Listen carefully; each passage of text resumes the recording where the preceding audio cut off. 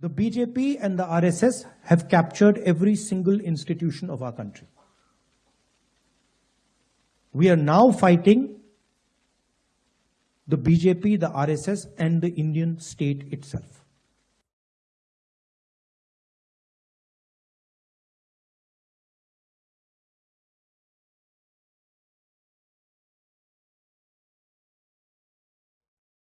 तो Indian state से भी राहुल गांधी लड़ रहे हैं। राहुल का यह कहना गंभीर है। जैसे ही राहुल ने यह कहा, जेपी नड्डा ने पलटवार कर कहा कि यह कांग्रेस की बदसूरत हकीकत है। अब कुछ मीनिंग यानी अर्थ जान लीजिए। नेशन का मीनिंग क्या होता है? A nation is a group of people with common language, culture, history and geographic territory. कहने का मतलब यह कि ऐसे लोगों का समूह राष्ट्र कहा जाएगा जिनकी कॉमन भाषा है, कल्चर है, हिस्ट्री है, ज्योग्राफिकल टेरिटोरी है। और स्टेट का मीनिंग क्या है? Association of people characterized by formal institutions of government including law, permanent territorial boundary and sovereignty. कहने का मतलब यह है कि राज्य यानी स्टेट अवधारणा ये एक ऐसा पीपल्स का एसोसिएशन है जो कैरेक्टराइज होता है, जो फॉर्मल इंस्टीट्यूशंस होती हैं सरकार की, जिसमें कानून से जुड़े इंस्टीट्यूशंस हैं, परमानेंट टेरिटोरियल बाउंड्री भी और सॉवेरेनिटी भी। अब अंग्रेजी में जरूर था पर मतलब साफ है। अब वापस मुद्दे पर आते हैं। क्या राहुल से स्लिप ऑफ टंग हुआ है या राहुल ने दिल की बात कह दी?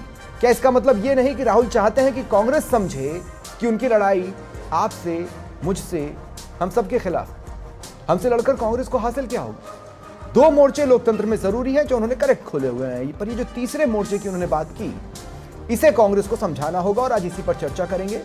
नमस्कार, वक्त है प्रश्नकाल का। आपके साथ मैं हूं स्वप्निल। मेरे साथ जो गेस्ट जुड़ रहे हैं आपको इंट्रोड्यूस करवा देता हूं। बीजेपी प्रवक्ता कृष्ण कुमार जानू जी मेरे साथ हैं, कांग्रेस प्रवक्ता सुमित गर्ग जी मेरे साथ हैं और राधेश्याम भारती जी राजनीतिक विश्लेषक हैं। मैं शुरुआत गर्ग भाई आपसे कर रहा हूं। थोड़ा सा मैं चाहता हूं, अभी कुछ दिनों पहले एक बयान आया था राहुल का कि हम उस शक्ति के खिलाफ लड़ रहे हैं। आज आया है हम इंडियन स्टेट के खिलाफ लड़ रहे हैं। अब या तो कांग्रेस समझ नहीं पा रही है, राहुल गांधी बार बार समझा रहे हैं, या हम नहीं समझ पा रहे हैं कि आखिर सच में कांग्रेस की लड़ाई किससे है। स्वप्निल भाई नमस्कार जी।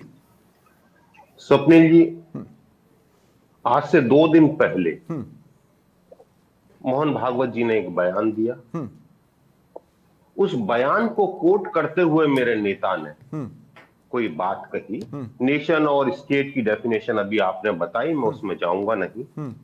लेकिन क्यों कहा मैं ये बता, मोहन भागवत जी ने जब 1857 की क्रांति के वीरों को से लेके, झांसी की रानी से लेके, शहीद आजम भगत सिंह जी को लेके, चंद्रशेखर आजाद को लेके, अशफाकुल्लाह खां को लेके, महात्मा गांधी, सरदार पटेल, सभी को का अपमान किया, तब मेरे नेता को यह कहना पड़ा। और भागवत साहब ने ऐसे ही नहीं कहा, इसके पीछे पूरी की पूरी एक सोच है। ठीक है, हिंदुस्तान को न मानने वाली सोच, वो सोच। स्वप्निल भाई मैं कंप्लीट कर देता हूं। देश जब आजाद हुआ, मैंने कुछ टोका ही नहीं अभी तो। हाँ, संविधान बना। हाँ, संविधान ही तो सॉवरेनिटी है। हाँ, सबसे पहले इस सोच ने 26 नवंबर 1949 को हमने आत्मसात किया। 30 नवंबर को ही इस सोच ने संविधान की प्रतियां जला डाली।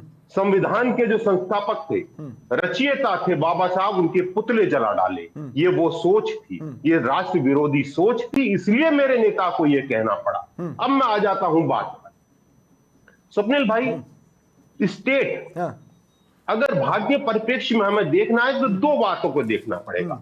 स्टेट बिफोर इंडिपेंडेंस, आजादी से पहले और आजादी के बाद। ठीक है। आजादी से पहले जो स्टेट था उसमें अंग्रेज थे, राजा महाराजा थे, सामंत शाह। उनसे कौन लड़ा? कांग्रेस पार्टी लड़ी। और जब भी ये हमसे लड़ते थे, उसके बाद देश का संविधान बना। देश के संविधान ने स्टेट की एक अवधारणा दी, जिसमें एक सरकार होगी, निष्पक्ष होगी, सहिष्णु होगी, धर्मनिरपेक्ष होगी। क्या वो है? नहीं है। और स्टेट में एजेंसियां होंगी, इदारे होंगे, संवैधानिक संस्थाएं होंगी जो इंडिपेंडेंट होंगी। क्या है? वो नहीं है। इसलिए मेरे नेता को ये कहना पड़ा सुमित भाई, ये वो सोच है। अब मैंने आपको सब कुछ कहने दिया है ना, अब आप मुझे टोकने का अधिकार दें। ठीक है। बिल्कुल। अब मैं आपसे ये कह रहा हूं, ये इंडियन स्टेट शब्द राइट है? मतलब ये कह देना कि इंडियन स्टेट से मेरी लड़ाई है, इसका मतलब है कि उनकी लड़ाई मेरे से भी है। इसका मतलब है कि उनकी लड़ाई मेरे ऑफिस के पीछे जो चाय वाला है उससे भी है। इसका मतलब यह है कि मेरे ऑफिस के भाई, सामने से निकलने वाले हर गरीब या अमीर आदमी से उनकी लड़ाई है। ये तो कोई बात ही नहीं हुई ना। नहीं हुई, मैं बता देता हूं। मैंने वही कहा कि संविधान ने स्टेट की अवधारणा को बड़े अच्छे से व्याख्या की है और मेरे नेता ने उसी के संदर्भ में कहा। मैंने अभी आपने भी इंडियन बताया, स्टेट मैंने कहा भी उन्होंने बताया। सर, उन्होंने इंडियन स्टेट कहा। अब मैं बता देता हूं। संविधान में इंडियन स्टेट जब- की कोई जब डेफिनेशन मैं- नहीं है। आप स्टेट की अलग है, नेशन की अलग है। इंडियन स्टेट की कोई डेफिनेशन संविधान में नहीं है।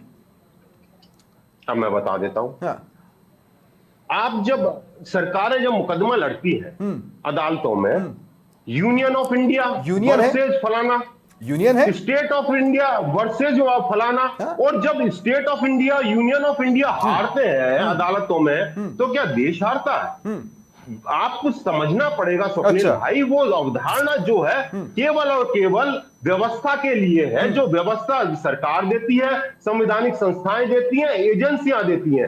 हम आज फिर ठीक कह है। रहे हैं मैं कि इन किसी भी सबको तरह की एग्रेसिव कैप्चर डिबेट को किया चालू है। करने से पहले पॉइंट ऑफ व्यू समझना चाह रहा था। कांग्रेस का पॉइंट ऑफ व्यू आया है, क्या बीजेपी को यह स्वीकार है? क्योंकि कांग्रेस का पक्ष जानने से पहले जेबी नड्डा का ट्वीट आया, उन्होंने उसको एज इट इज शाब्दिक अर्थ में ले लिया। क्या सुमित गर्ग का जवाब बीजेपी पचा पा रही है? कृष्ण कुमार जानू।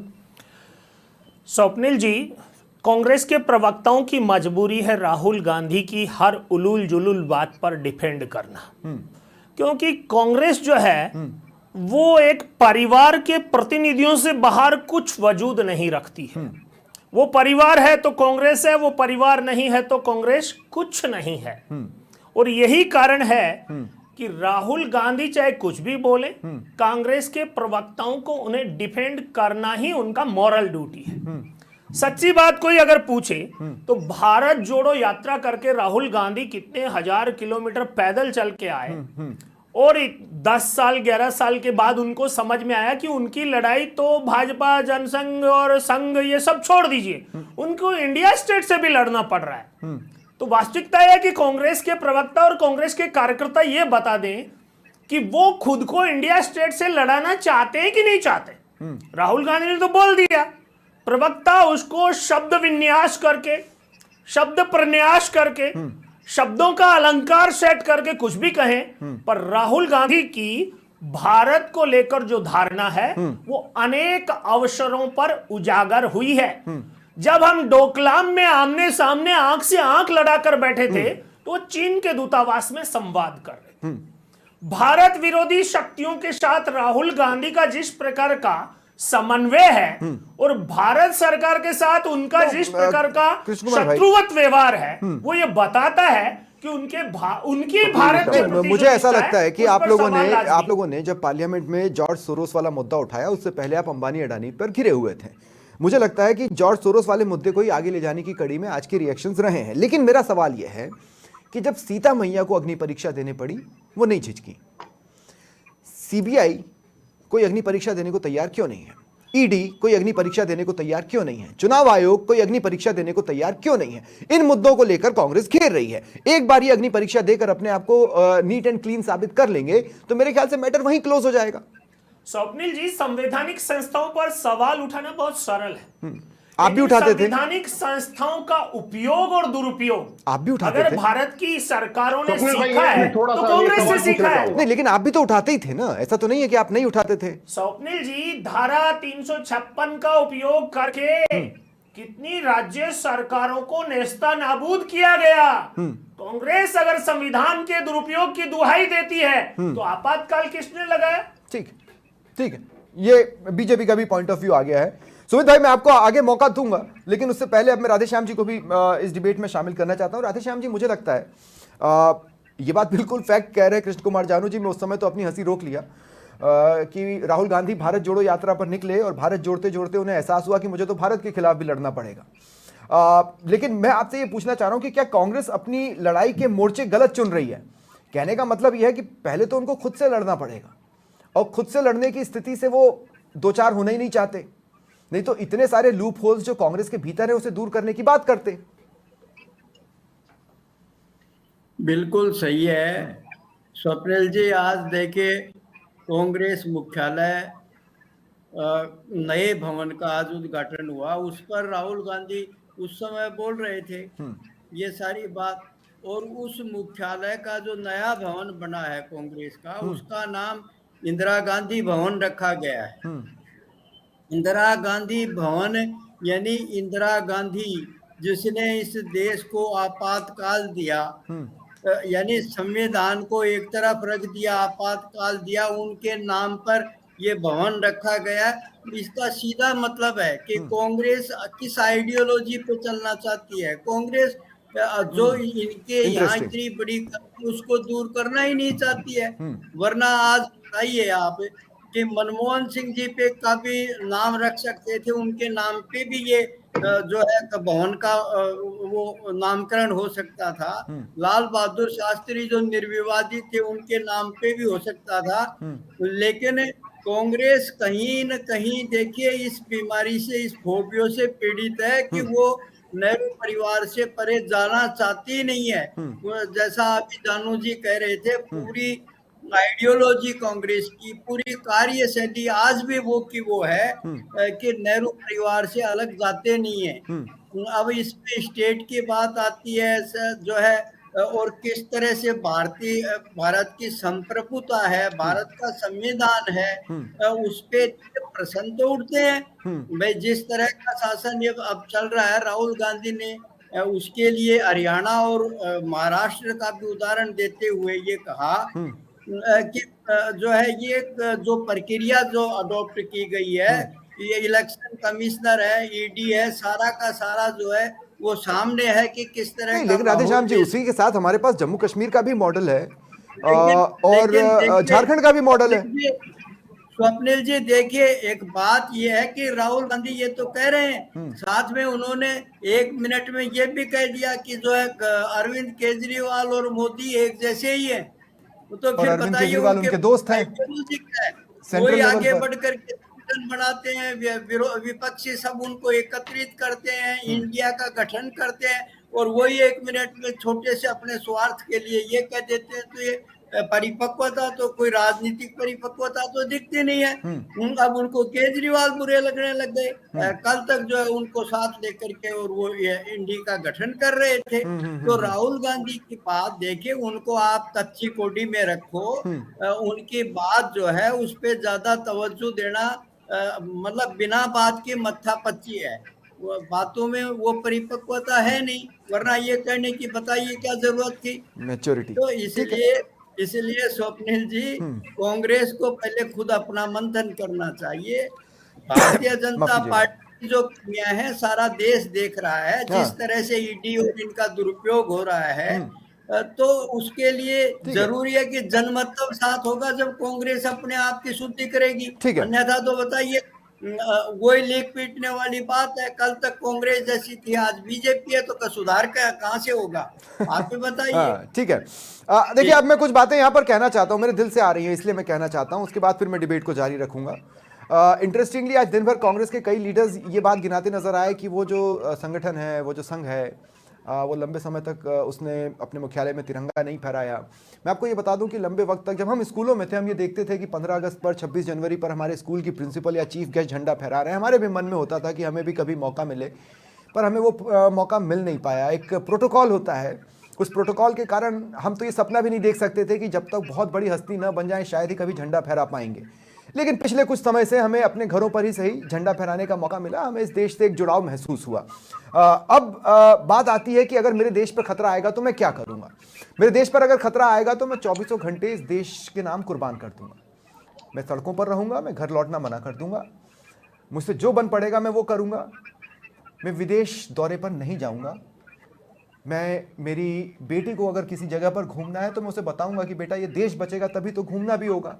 मैं अपनी बेटी को अपने साथ लगाऊंगा और अपनी वाइफ को अपने साथ बिठाऊंगा और इस देश के लिए मर मिटने के लिए मैं तैयार रहूंगा। ये वो खूबियां थीं जो आज़ादी के पहले कांग्रेस में थीं, और कांग्रेस आज तक उन बातों को एहसान थोपने के लिए नहीं, सिर्फ हिस्ट्री को समझाने के लिए रिपीट करती है। अब सुमित भाई, इनकेस करती, सुमित भाई, नहीं ये आपके शब्द हो सकते हैं कृष्ण कुमार जानू जी, लेकिन इतिहास का पार्ट है। कांग्रेस ने लड़ाई की थी, इसमें कोई दौराई नहीं है। और जब वो कहते हैं कि किसी ने नहीं की थी तो वो भी इतिहास का पार्ट है, अभी इतिहास बदला नहीं गया है। उस कांग्रेस को गांधी जी ने भंग करने की अनुशंसा भी की। हाँ, वो भी इतिहास का पार्ट है, उससे मैं बिल्कुल मना नहीं करूंगा। लेकिन ठीक है सुमित भाई, अब देखिए अब मसला क्या है। इतनी गंभीर स्थिति के बावजूद संसद में आप जितने एग्रेसिव हैं सड़क पर नहीं है। इतनी गंभीर स्थिति के बावजूद अरविंद केजरीवाल को नेशनल लेवल पर आप अपने साथ खड़े रखने के लिए मजबूर हैं।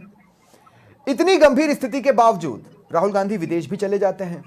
इतनी गंभीर स्थिति के बावजूद सारे फंक्शंस भी हो रहे हैं। इसी देश में जिसके खिलाफ लड़ाई है कांग्रेस की, उन्हें जमीन भी मिल जाती है, वो नया मुख्यालय भी खड़ा कर लेते हैं जिसमें एंट्री फ्रंट से नहीं बल्कि बैक साइड से दी जाती है, क्योंकि फ्रंट साइड पे दीनदयाल उपाध्याय रोड है और बैक साइड पर आप जानते ही हैं कि क्या है क्या नहीं है। तो सुमित भाई, अगर ईडी सीबीआई आपको रोक सकती थी ना, उस जमीन को बता देती कब्जे की है, वक्फ की है, कुछ भी बताया जा सकता था। तो हालात उतने बुरे नहीं हैं जितने बुरे सुमित भाई आपने खाका खींचा। बुरे हैं, उतने बुरे नहीं हैं। और मुझे लगता है कि राहुल गांधी ने 2 शब्द गलत बोल दिए, इंडियन स्टेट। स्वप्निल जी, मैं जानू साहब से आपके माध्यम से कुछ सवाल पूछना चाहता हूं। जानू साहब, इन्होंने बड़ी बार संविधान संविधान संविधान कहा। तो जानू साहब, आप देश के संविधान को मानते हैं, तो फिर गोलवलकर, सावरकर, सुदर्शन इनको मानते हैं कि नहीं मानते? गोलवलकर, सावरकर ने संविधान की प्रतियां जलाई थी। सन 2000 में टीवी कैमरे के सामने करण थापर के इंटरव्यू में के सुदर्शन ने कहा था, इस देश के संविधान को कचरे के डिब्बे में फेंक देना चाहिए। 1993 में आपके मातृ संगठन आरएसएस ने एक श्वेत पत्र जारी किया, उसमें स्वामी हीरानंद ने लिखा इस देश के संविधान को प्राथमिकता के राहुल गांधी ने साथ प्रेस बदल कॉन्फ्रेंस में दीजिए। फाड़ी थी सुमित भाई, अगर आपको याद हो। मैं उस पर आ जाऊं, पहले ये बात तो पर आपने एक्चुअली मेरे सवाल का जवाब नहीं दिया ना, मैंने इसीलिए कहा था कि अब अगले सेशन में मैं कट टू कट बात करूंगा। मेरे से पहले जानू साहब संविधान के गाना गा के गए, तो मैं बता दूं कि इस देश के संविधान का सबसे बड़ा अपमान आपने किया। झंडे की बात आपने बताई, और बता देता हूं, सन 2000 में इनके कार्यालय पर 3 युवकों ने झंडा फहरा दिया, 2 महीने तक जेल में रहे, 2013 तक मुकदमा चला। आरएसएस ने जीवन में पहली बार 1925 में गठन से लेकर 2013 तक कभी भी झंडा नहीं फहराया। 2013 में मैंने अपना पॉइंट ऑफ व्यू सुमित भाई रखा। मेरा सवाल तो ये है ही नहीं, मेरा सवाल ये है कि इतनी गंभीर स्थिति पर कांग्रेस डिबेट्स के लिए अपने अपने घरों में या स्टूडियो में बैठी है। कांग्रेस लोकसभा चलता है तो पार्लियामेंट में भी चली जाती है, राज्यसभा में भी बैठ जाती है। इतनी कांग्रेस ही वो है जो ये कहती है कि यहां पर बांग्लादेश जैसे हालात बन सकते हैं, लेकिन इसके बावजूद सड़कों पर उतरने को, लड़ने को तैयार नहीं है। 24 घंटे आपको सड़क पर देने चाहिए थे, आप नहीं दे रहे। 24 घंटे छोड़िए साहब, आप 1 दिन भी नहीं दे रहे महीने के। और छोड़ो तो राहुल गांधी ने आप लोगों से कहा था कि हर महीने की 28 तारीख को थोड़ा सा चल लो पैदल, आप तो वो भी नहीं कर रहे हैं।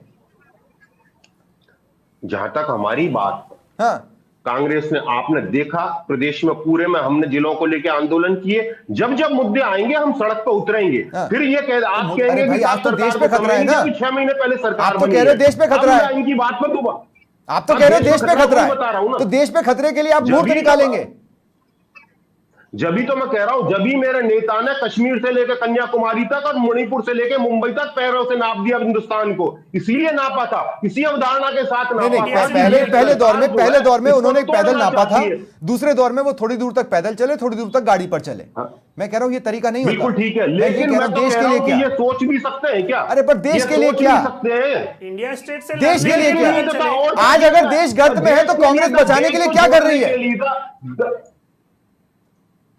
मैं वही तो कह रहा हूँ, देश के संसद में क्या किया कांग्रेस पार्टी ने? वही तो किया। संसद में तो जाना ही है। दबे का कुचले की जो आवाज को संसद से दबाने सड़क के लिए तक पर आप बीजेपी काम संसद कर से रही थी, संसद में उसको ही सीमित हो गए। संसद के पटल पर हमने उठाया, सड़क पर हम उठा रहे, और जिसमें आपको अपने दोस्तों का साथ नहीं मिला, बता दीजिए। जिसमें आपको अपने दोस्तों का साथ नहीं मिला। सर, साथ मिलना ना मिलना एक अलग बात है। क्यों? फिर आपके दोस्त भी देशद्रोही हैं? नहीं, अगर आप देश के लिए लड़ रहे थे और आपके दोस्तों ने साथ नहीं दिया तो वो भी देशद्रोही हैं। कौन सा दोस्त साथ नहीं था? भारत जोड़ो यात्रा में हमारे सारे दोस्त। अरे सर, मैंने भारत जोड़ो यात्रा की बात नहीं की। संसद में जब आपने देश का मुद्दा उठाया, टीएमसी आपके साथ नहीं थी, समाजवादी पार्टी आपके साथ नहीं थी, आम आदमी पार्टी ने भी दूरी बनाई। अब मैं एक बात बता देता हूं। हाँ। हर राजनीतिक दल के अपने मुद्दे होते हैं। हाँ। अब अगर आप यही बात कह रहे हो तो मैं पूछता हूं कि जब नीतीश कुमार हमारे साथ थे, तब क्या वो देशद्रोही थे? अगर बात करते हैं तो चंद्रबाबू नायडू जब बीजेपी का विरोध कर रहे थे तो क्या वो देशद्रोही जब थे? समाजवादी हर पार्टी ने का आपका अपना विरोध किया एजेंडा देश के होता मुद्दे है। पर, तो क्या समाजवादी पार्टी देशद्रोही है? टीएमसी ने जब आपके मुद्दे नहीं, पर मैं तो आपके कह ही साथ नहीं आने से रहा। मना ये- किया, तो ये- क्या ये- वो देशद्रोही है? मैं तो कह ही नहीं रहा, मैं कह ही नहीं रहा, ये हाँ। आपके शब्द हैं। मैं जो बात कर रहा हूं आप उसको समझिए। मैं बीजेपी आरएसएस की उस विचारधारा की बात कर रहा ठीक हूं है। जो आजादी से पहले देश के खिलाफ थी, ठीक है। आज भी देश के खिलाफ है। थोड़ा सा मैं कंक्लूड और कर देता हूं, दो शब्द और बोल के। बोलिए। आप भागवत साहब आज राम मंदिर की बात कर रहे हैं, हाँ। तो स्वप्निल भाई 1925 में स्थापना हुई थी आरएसएस की, जिसके वो सरसंघ चालक है। पहली बार राम भगवान की याद आई उनको 1980 नहीं, में। पर बिपिन चंद्र 55 पॉल साल ने भी तक तो क्या यही करते चीज रहे? कही थी। जब बिपिन चंद्र पॉल ने भी तो यही बोर्ड चीज की कही थी, वो तो सेल क्रांतिकारी जारी थे, थी, वो तब तो इनको याद आ गई। जब 2013 में था, जब इनको तिरंगे झंडे की याद आ गई। ठीक है। जब राष्ट्रगान को अपमान ठीक है। करते थे ठीक तब है। इनको राष्ट्र की याद ठीक है। नहीं आई। जब संविधान की प्रतियां चूंकि जलाते कृष्ण थे, कुमार तब इनको जानू जी राष्ट्र की आरएसएस याद से बिलोंग आई। नहीं करते हैं और तो आरएसएस मेरे के नेता प्रवक्ता ने जो नहीं है, कहा, इसलिए मैं उसका आरएसएस का समर्थन सवाल मैं कृष्ण कुमार जानू जी से नहीं लूंगा, बीजेपी का सवाल मैं जरूर लूंगा। एकाएक संविधान के प्रति प्रेम हमने बैठे पिछले तो संविधान के आरएसएस के लिए आए हैं। अरे बीजेपी भाई, की बात ही नहीं है, बात तो अरे आरएसएस मैं की उनसे और बीजेपी का भागवत सवाल की है। लूंगा ना सुमित भाई, सवाल तो सुनिए, हो सकता है आपको ठीक लगे, है ना। मैं ये कह रहा हूं कृष्ण कुमार जानू जी, बीजेपी का सवाल तो मैं आपसे लूंगा। बीजेपी का सवाल मुझसे ये है, ये एकाएक संविधान के प्रति, मतलब 2024 के लोकसभा चुनावों से पहले संविधान के आपके 3-4 नेताओं के बयान और 2024 के नतीजों के बाद हम संविधान दिवस भी मनाएंगे, हम संविधान गौरव यात्रा भी निकालेंगे, हम संविधान के लिए मर मिटेंगे, ये पिछले 10 सालों वाली बीजेपी की जुबान नहीं थी। तो क्या हुआ एकाएक? क्या सचमुच कांग्रेस की बातों को लोगों ने मान लिया कि हाँ भाई देश में संविधान खतरे में है, तो बीजेपी को अग्नि परीक्षा देनी पड़ रही है और संविधान प्रेम दिखाना पड़ रहा है कह रहा हूं मैं ये नहीं कह रहा हूं कि आप संविधान प्रेम करते हैं। स्वप्निल जी, हमारे देश में अभिव्यक्ति की आजादी है, शब्द चयन का अधिकार है। मुझे लगता है इस सारे घटनाक्रम में हम जो डिबेट कर रहे हैं, राहुल गांधी से कहीं न कहीं शब्द चयन में गड़बड़ हुई है। अब उस पर डिफेंडिंग डिबेट करें या ऑफेंडिंग डिबेट करें, वास्तविकता यह है कि हमारे देश में जिस संविधान की हम बात कर रहे हैं और भाजपा पर जिस प्रकार की तोहमत हम लगा तो रहे हैं, आपके जिन जिन नेताओं ने कहा था संविधान बदल देंगे, वो उनका भी स्लिप ऑफ टंग था। देखो उनको माफी है, राहुल को माफी नहीं है। स्वप्निल जी, माफी का विषय नहीं है। राहुल एक पार्टी का चेहरा बना हुआ है और पूरी पार्टी उसको बचाने में लगी हुई है। अभी चुनाव आयोग पर बहुत आरोप लगे, जम्मू कश्मीर में चुनाव हुए हैं। अभी हाल ही में प्रधानमंत्री जी किसी कार्यक्रम में किसी विषय का उद्घाटन करने गए, तो जम्मू कश्मीर के मुख्यमंत्री ने जो भाषण दिया, आपने उसको जरूर देखा होगा कि मोदी जी जो कहते हैं वो करते हैं। 4 महीने में चुनाव कराए, कहीं कोई गड़बड़ नहीं हुई, किसी प्रकार का कोई बूथ कैप्चरिंग नहीं हुआ, लेकिन किसी आपके प्रकार का आने कोई से- शिकायत आपके आने नहीं से- नहीं, आया। आपके आने से सीबीआई और ईडी की डिलीवरी तो बढ़ी नहीं, स्वप्निल जी, उनका केस सॉल्विंग का परसेंटेज तो बढ़ा नहीं। स्वप्निल जी, सरकार में जेडीए एक अलग संस्था है और नगर निगम एक संस्था है। सीबीआई और ईडी जो हैं, वो संविधान प्रदत्त शक्तियों से कांग्रेस द्वारा खड़े किए गए ही संस्थान हैं। अरे पर आप जेल भी तो किसी को नहीं भेज पा रहे हो।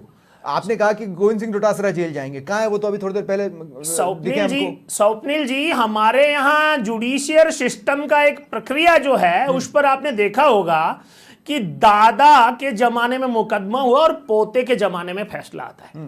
हमारी न्याय प्रक्रिया में जो प्रक्रिया जितनी त्वरित न्याय की होनी चाहिए वो नहीं है, और अपेक्षित सुधार और सुझाव हमारी संसद और विधानसभाएं नहीं दे पा रही हैं, नहीं बना पा रही हैं। ये द्वंद्व सरकार और न्यायपालिका राधेश्याम में स्पष्ट दिखाई दे रहा है। राधेश्याम भारती जी, इसलिए ये कर रहे हैं, राधेश्याम भारती जी, ये कर रहे हैं। ये देखिए, ये है संविधान और इदारों के लिए कायम के मन में 60 साल में आपने कुछ सुधार करने चाहिए थे, ये कर रहे हैं। नहीं ठीक है, ये हाँ आप कर रहे हैं ना। हमारे प्रयास जारी है और द्वंद्व जारी है। अरे कितने देखिए, अच्छे से, बिल्कुल अभी तक आपस में आप लोगों को लड़ाने की मैंने कोशिश की भी नहीं और मैं करना भी नहीं चाहता हूं कि आप लोग आपस में लड़ें। स्वप्निल जी, ठीक है राधेश्याम भारती जी, मैं आपके पास आ रहा हूं। स्वप्निल जी, मैं एक शब्द के साथ मेरी बात शांत करूंगा कि सुमित जी इतना समझ लें, हाँ।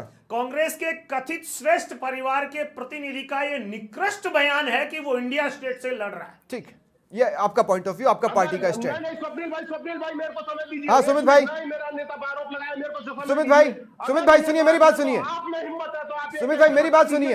साहब, सुमित भाई। आप नहीं मानते गोलवलकर को, आप नहीं मानते सावरकर को, करता मैं तो कह के दिखा दीजिए। ठीक है। क्योंकि वो देश के संविधान को नहीं मानते। ठीक है। राहुल गांधी पर ठीक है, राधेश्याम भारती जी, मैं आपसे जाके पूछना देख चाहता हूं, लीजिए। मैं आपसे पूछना चाहता हूं राधेश्याम भारती जी, वंस एंड फॉर ऑल, हम इस बात को समझें। अभी कुछ दिनों पहले राहुल गांधी का वो बयान आया था कि हम शक्ति से लड़ रहे हैं। आज उनका बयान आया है कि बीजेपी और आरएसएस से तो लड़ ही रहे हैं, हम इंडियन स्टेट से भी लड़ रहे हैं। अब मैं आपसे ये सिंसियरली पूछना चाहता हूं, कोई भी आम व्यक्ति अगर ये सुनेगा कि हम इंडियन स्टेट से लड़ रहे हैं तो वो क्या समझेगा, या उसे क्या समझना चाहिए? क्या उसे ये समझना चाहिए कि राहुल से ऐसी गलतियां हो जाती हैं इसलिए वो बोल गया होगा, या उसे ये समझना चाहिए कि नहीं, इस तरह से राहुल को नहीं बोलना चाहिए? देखिए, जिस तरह से राहुल गांधी ये कह रहे हैं कि हम आरएसएस से लड़ रहे हैं, हम इंडियन स्टेट से लड़ रहे हैं, अभी आपको ध्यान होगा जब राम मंदिर का जिस दिन उद्घाटन हो रहा था, प्राण प्रतिष्ठा हो रही थी, मोहन भागवत क्या बोले? मोहन भागवत ने भी तो ये कहा था कि देश जो है 1947 में नहीं, आज आजाद हुआ है। तो दोनों नकार रहे हैं इंडियन स्टेट को, तो यानी इससे पहले जो भारत था, क्या वो आजाद नहीं था? देखिए, प्रश्न तो दोनों तरफ उठते हैं। बिल्कुल। जितनी बड़ी गलती राहुल गांधी कर रहे हैं, तो उससे कम गलती तो मोहन भागवत की भी नहीं है, जो ये कह रहे हैं कि आज आजाद हुआ है असली भारत। ठीक है। क्या मायने है इसके, आप देखिए। यानी इससे पहले न कोई संविधान था, न कोई सरकार थी, न कोई नेता थे, और न कोई लोग जो है संस्थाएं थी। तो यानी देखिए आप कि दोनों तरफ से गलतियां हो रही हैं। और कहीं ना कहीं राहुल गांधी ने जैसे इस समय ये इंडियन स्टेट का जो मामला छेड़ करके और बड़ी गलती की है, क्योंकि पहले उन कांग्रेस को अपने आप को सुधारना पड़ेगा। Exactly. एक मैप तैयार करना होगा कि हम नेशन के लिए इस तरह से लड़ेंगे। अब पार्लियामेंट में अडानी को लेकर के आप देखिए कितना कितना जो है वो समय खराब होता है, और जबकि देश में जो समस्याएं हैं उससे कनेक्ट नहीं कर पाते। आज आप देखिए थल सेना अध्यक्ष का ये कि साहब सीमा पे जो है, सीमा बड़ी संवेदनशीलता है, तो संवेदनशीलता इसको कौन इसके लिए चिंता नहीं करनी चाहिए? क्या कांग्रेस को भी करनी चाहिए, बीजेपी को भी करनी चाहिए? अब बीजेपी छुपा रही है तो ये इस तरह के मुद्दे कि कांग्रेस आगे लाए उनको। महंगाई इस कदर बढ़ रही है, कांग्रेस उसको कनेक्ट नहीं करती, सड़कों पे नहीं उतरती है। और जब इनको ये है कि भाई ईडी और जो है सीबीआई और ये ठीक से काम नहीं कर रहे, तो फिर सड़कों पे क्यों नहीं लड़ाई लड़ रहे? जनता तो तब देखेगी कि वास्तव में कांग्रेस जो है आमजन के लिए लड़ाई लड़ रही है। ये सारा इंडियन स्टेट में नहीं आता है क्या? शायद राहुल गांधी देखे गलत व्याख्या कर गए और गलत स्टेटमेंट दे गए। ठीक है, बहुत बहुत जी, शुक्रिया राहुल जी। बहुत बहुत शुक्रिया आप सभी का मेरे साथ जुड़ने के लिए और इस चर्चा में शामिल होने के लिए। फिलहाल इतना ही, नमस्कार।